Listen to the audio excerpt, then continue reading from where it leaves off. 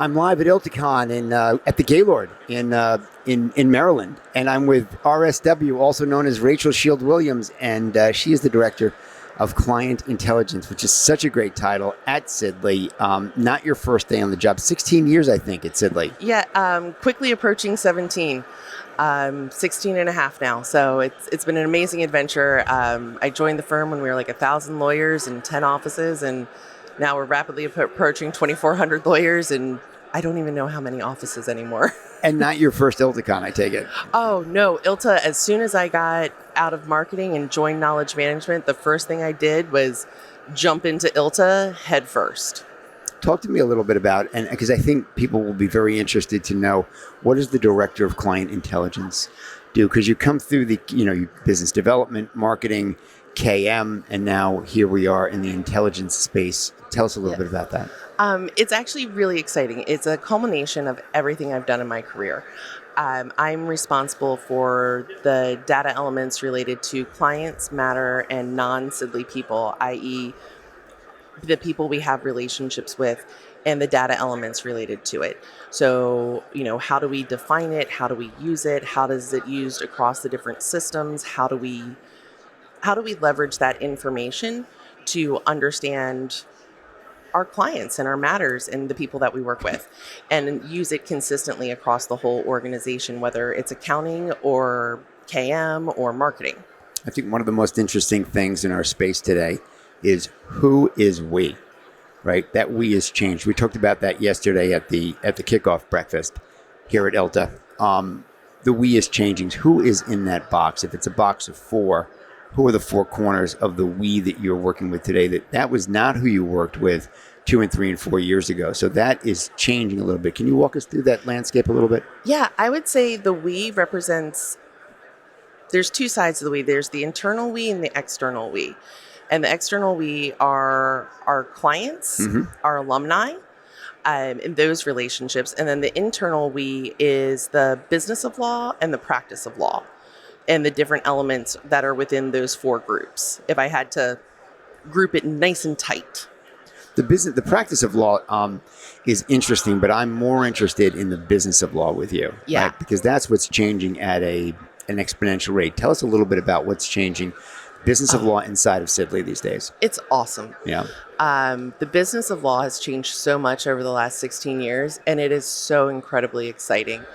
It is amazing to watch people that I used to, call to get hourly rates from 16 years ago. They now lead these strategic pricing units that are doing these amazing white space reporting and opportunity spotting and this amazing analytical work that I am so impressed by.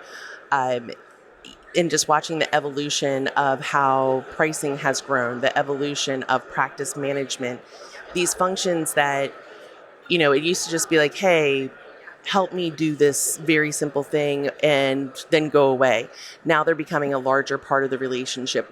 Looking at the establishment of client teams, and now when you see client teams, it's not just the practicing lawyers. You're seeing people from your accounting teams a part of it. You're seeing people a part of your education teams, and the different departments are now joining. Your inclusion teams are often a part of these client teams in ways that they haven't been in previous years. And it's just really started in the last couple of years. How much of that is enabled or empowered, or technology has been a catalyst for that?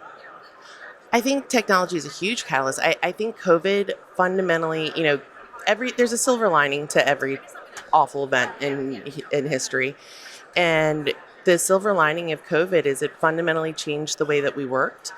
It removed barriers of titles like, oh, you have a JD, but you don't have a JD. We all had to work together to continue to support our clients in a different way when we couldn't show up in their offices and we couldn't, just walk down the hall to talk to each other. And we had to collaborate in new ways and collaborate with different people. And I think that really elevated the importance of technology and the ability to work with other functions that traditionally may have not worked together. Because you know what? If you needed help at 10 o'clock at night, you were going to take whoever was answering your phone call. We're here at ILTACON. It's a tech conference as much as anything else. It's people, process, technology, but this is technology forward. What are you most looking forward to, or what's impressed you most, or influenced you most, or what have you discovered here at ILTACON this year? I am so happy to have people finally talking about the importance of data structure. I was so great to see the data lakehouse session standing room only. For so long, I feel like people have wanted to talk about buy this technology or, buy this product and it'll solve these things. But it's like there's some fundamental work that we need to do in order for these AI tools to be truly leveraged in the way that the promises are made. And to see so much more focus on taxonomy, governance, lake houses, consolidation of systems, and bringing that all together. It's really exciting. And I think that we're going to see a lot of exciting developments over the next year as people continue to focus on bringing together all of their silos of information and busting down those silos across their data structures. Say a little bit more about lake houses for those that are not familiar with that. So many of the listeners to Careers in the Business of Law and this particular Live from ILTACON podcast series will be AI forward, and they will not be IG focused or savvy. Talk to a little bit how those two things are coming together. And a lot of what I've heard and I've been saying is that without IG, there's no AI. Right. Can you talk a little bit about that? So in order for AI to work, we need to understand the rules around who can see what, when, where, why, and how. And having information governance and having lake houses allow us to put structure around that information. People are used to talking about a data warehouse, but a data warehouse is designed for things to be structured, already consumed, and put in. And, there's a lot of talk about data lakes, but data lakes are predominantly unstructured and information's just all put in a centralized location and you can pull it out and do what you want with it. And a lake house kind of gives you the best of both worlds. It allows you to have unstructured information as well as structured information that can be pulled out and used to support your various different products. You can also use that as the master platform to provide governance. So let's say you're a black box compensation firm, so no one can see total hours except for a handful of people. You can make that rule at the warehouse level or at the lake house level, and you don't have to worry about it through the rest of the products. Whereas right now, a lot of people have to put that governance in place in all these different products, and then they attach the AI talking to these different products, and if the governance isn't in line, you could create a little bit of havoc for yourself. Explain governance to a high schooler, right?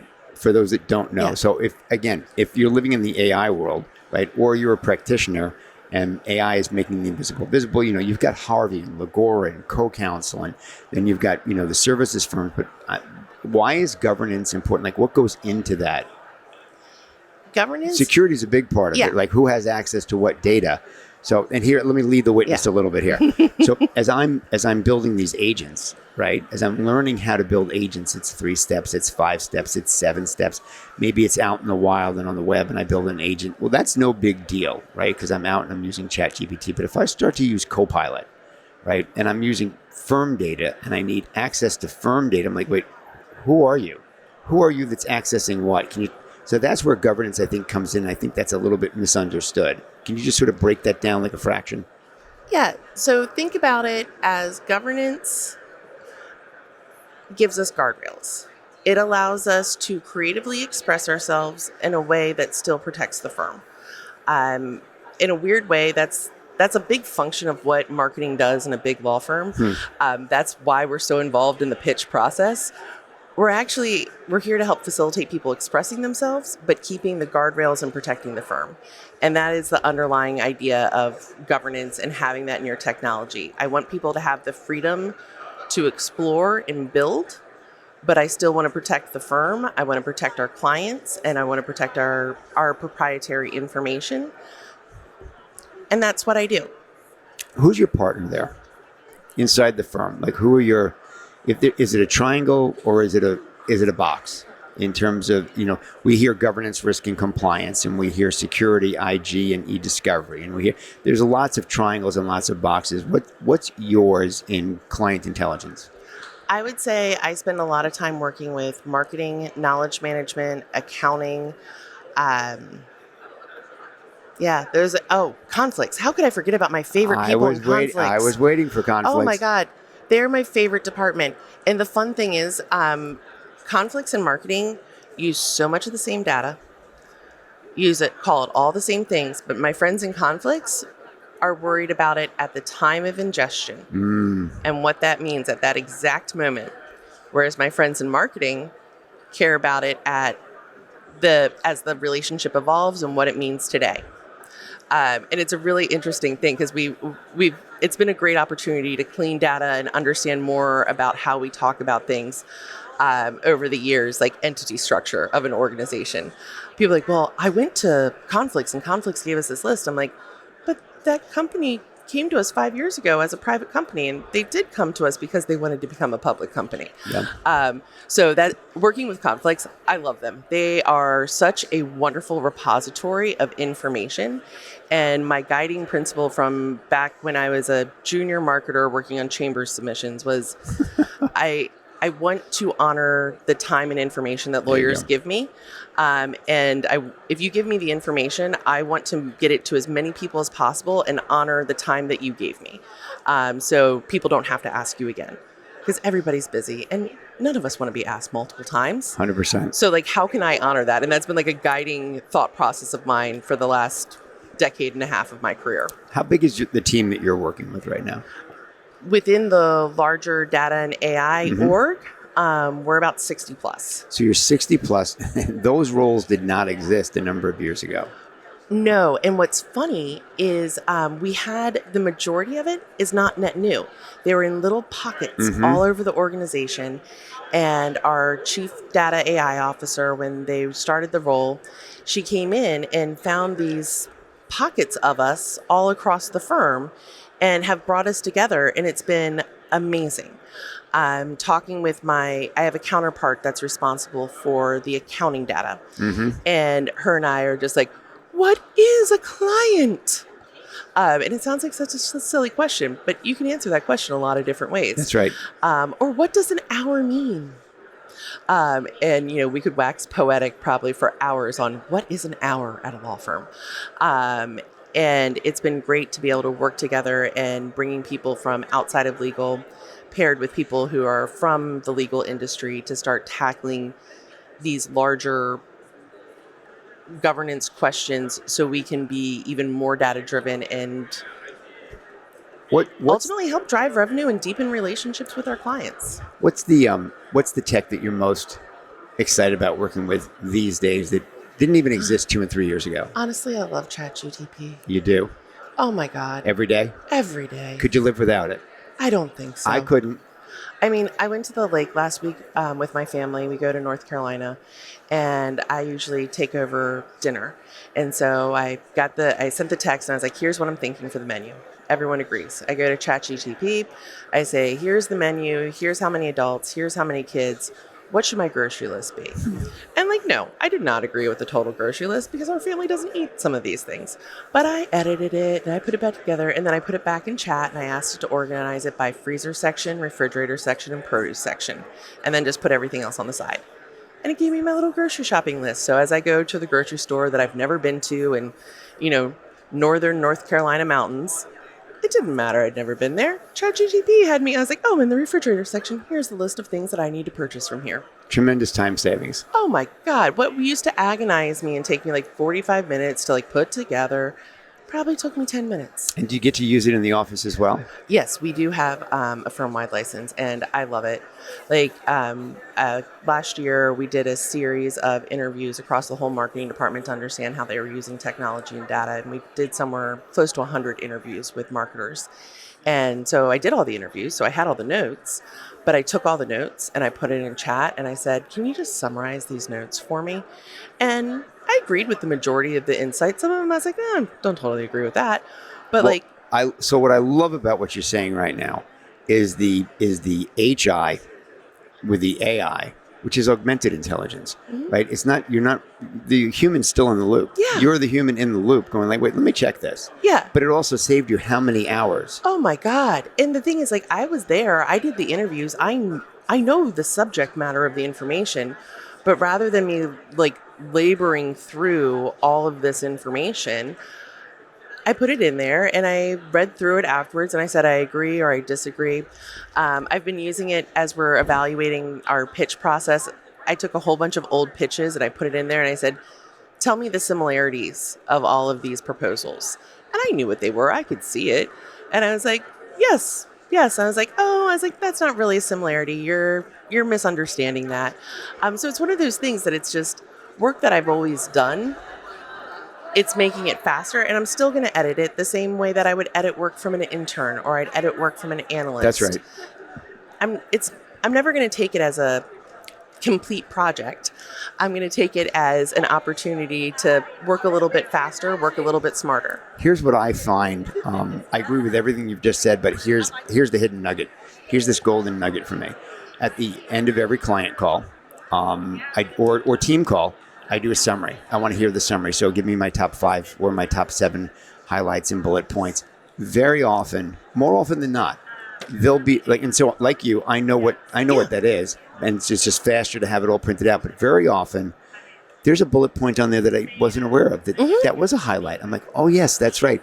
And so as I'm moving on to the next thing, my mind is moving on to the next call, the next client, the next deliverable. I'm like, oh, I'm so glad that I went through ChatGPT, put that and pulled that out for me, and I dismissed it, or just kind of like buried it. It wouldn't have been there. Now it's always there for me, and now I can connect those dots, and now I connect my entire week now, which I never did before. Just honestly, some people are very methodical, and they go back and they reflect on the entire week. I never had time to reflect on the 25 Zoom calls that I've had or whatever during the week. I now have an agent built that will summarize all of my Zoom calls for the week, highlight the top 15 items, highlight the action items. Again, I've taken most of those actions, but I might have missed one.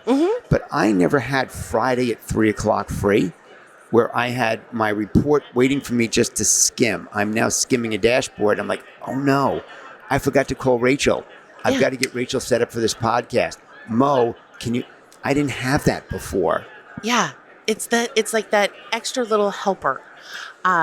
Because you reminded me, we just did our SMART goals this year. So I took all my team's goals and I put it in, and I asked Chad, I was like, hey, as their director, what are some things that I can do to help my team achieve some of these personal development goals? Oh, what a great question. What a great prompt. I was like, and what are some similarities? And I noticed a lot of people on my team wanted to do certain trainings. So I was like, you know what?